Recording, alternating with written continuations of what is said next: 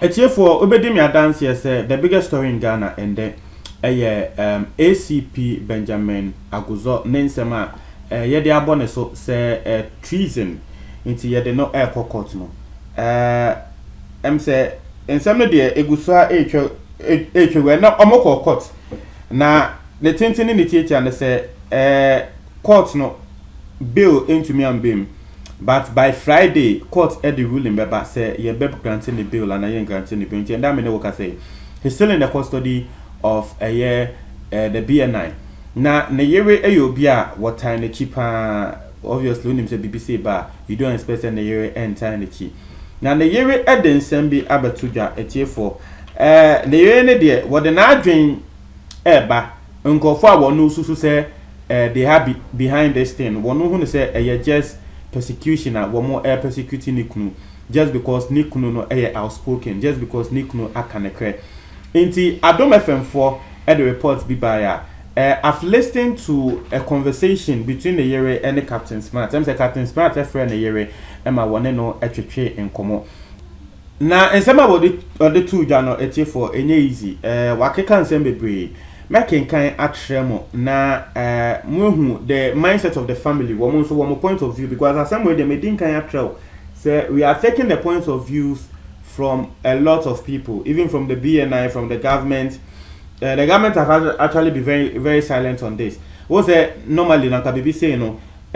upon kojo upon kuma beba bon saying abe press conference but on this particular one why very silent. I don't know abia they feel said they don't have anything very concrete more ebe update Ghanaians on it no one more chance processes no ebe go through we are maybe one more abekasa now when is man the or the two that was say I think somebody is trying very hard to destroy his fame. He veered into something that no one has ever done in this country by speaking the truth and calling the spade a spade and not calling it a big spoon with a wooden handle. And so people think that he is in a way bringing something new into the service. The year air can say one no they who say dientia niknu ye ni say no one no who say niknu no sebe when dine kwan so in a way say he veered into something that no one has ever done before. Not just a police ni bia enye ade a niknu no waye like niknu no ye no e wo Ghana ha se obi be bisa say edien e na niknu no ye Nikunu na ba bonten e ma Ghana fo hu se wo hwe Ghana police hierarchy ni mu a aban nkrofo nkwa e na ehyem enu hu nti e na aban bi ebetena so a eya na police for e biased towards sa aban no because wo mo asebe wo mo control police for e wo Ghana ha se no Nikunu no e ma yete ase se e aban nkrofo nkwa na se ya aban nkrofo a obviously na say aban e na control police no interna sebe eya na NDC for say MPP for power eya NDC for they don't trust the police because omo nim say aban crowd for na control mo eya NDC so power obo say they don't trust the MPP will not trust the police because omo nim say aban crowd for na won just say eya practice bi Ghana for enim nikru na ma ye ni ayete ase say hey into police say ensem we na sha ase interna politician bi ebetumi afre police obo say police akodi assembly na police jai assembly etridi just because womo handle police from the police board no abayen crop for nkwa na sha and you say police ni bi eni ho aba bonten a ode nsem we abetu jada na niknu no woye ade we no wosusu se enu hu nti na trese ye ta niknu echi na niknu no wo police spade a spade na trese ne kretro do na wokan but na akoye se nkrofo bi epese niknu no se be ne kre no wo Ghana na kakra na enye se wodi tu jasa eno ne nsema mami waka na however no she ruled out the possibility say niknu involved in any scheme because wonim niknu na etifie wonim niknu ne mindset wonim say bibi say there niknu won fa ne ho enko shame da because niknu a very principled man wo you be asabe wo deep procedures any processes echi won pe kalabule nsem bia nti wo bi kalabule nsem ya na niknu no ne ya nti niknu there bibi ti say cool na sabi wo konya ska we he che say akukudro etu like o se niknu enye sa like One say ade de woni mo bi na onim say nipa kono ntumi nye bibia sana ne yere no epese yete ase say ne kunu ne there is no way wo be coup d'etat. We say I don't believe police officers are involved. Not just say ne yere no say won jin declare say police for kra eka ho de ne yere no can say she's not shooting down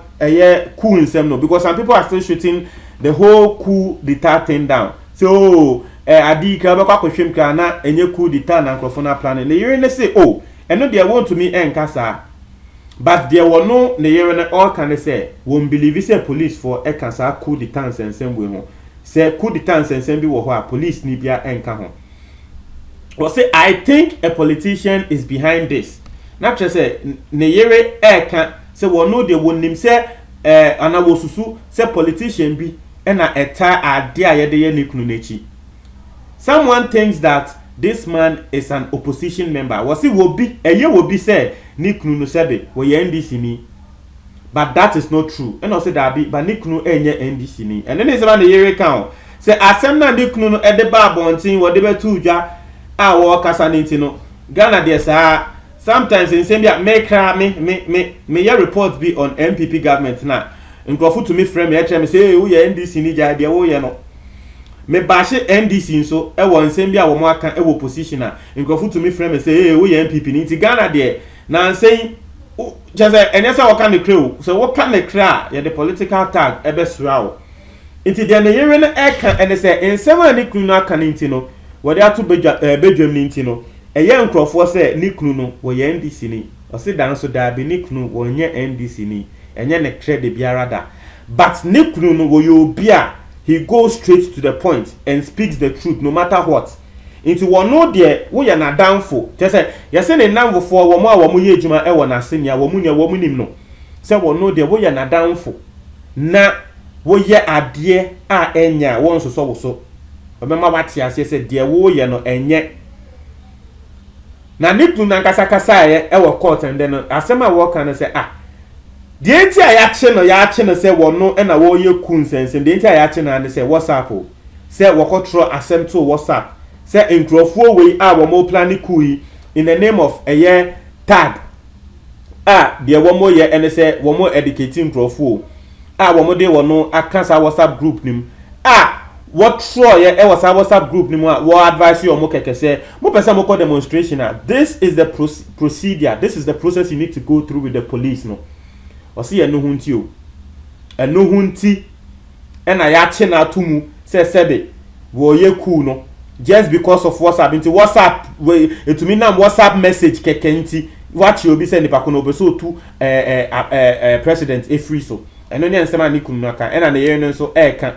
so we ni na politicians be in etechi na wo mo fi se nikunu no waka opposition hu ntia na mo yese na wo mu ni se nikunu no wo ni opposition wo mu ni se nikunu nka opposition hu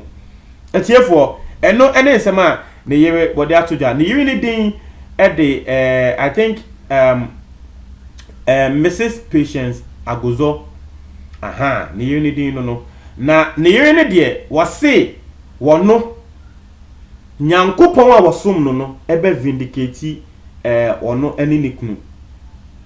because I say asem ne de adane ntanta abon ntanta wo Ghana fo adwem na wonu de wonim se nyankopon a wo bɔ no nyankopon a wo bɔ nikunu no ene ebe yi na firi asem we mu na wo yi ne firi mu Ghana fo ni na mo be se se papa yi enya sa na ote o se mo pa mo de mo ko bi se wo bia wo ni nikunu na ye adwuma pen obia be di adanse say papa we nko ade asem we wontumi enka ana asem we wontumi nye ku nsem ayede to ne so na nya ne kre na wo no de wonim say one day asem we nyankopon na wo se de ene ya ne say nsem na bia na ana de na bia na for ye no ebia wo be ka say bia na de say de omo ya ani omo adwuma o se ya ne kre wo no ne yere no what bia na for ase say bia na for no eyomo adwuma e na wo mo ye, but wo se the way BNI4 a treating nikunu no akoye say nikunu no wo mo BNI4 no e dinkan aka say nikunu no wo ye criminal in the first place, because ye nim how they are treating Nathan Kofi Boakye. They just invited him and wo mo tro ne numu nsem ya te say tobu ni nso saa na ye de ye no ma ne kunu ne nkwa wo mo detain no for over 48 hours mo pese mo tre se afiansa mo ye investigation na dabio se afiansa mo ye investigation na aden na mo achi na tum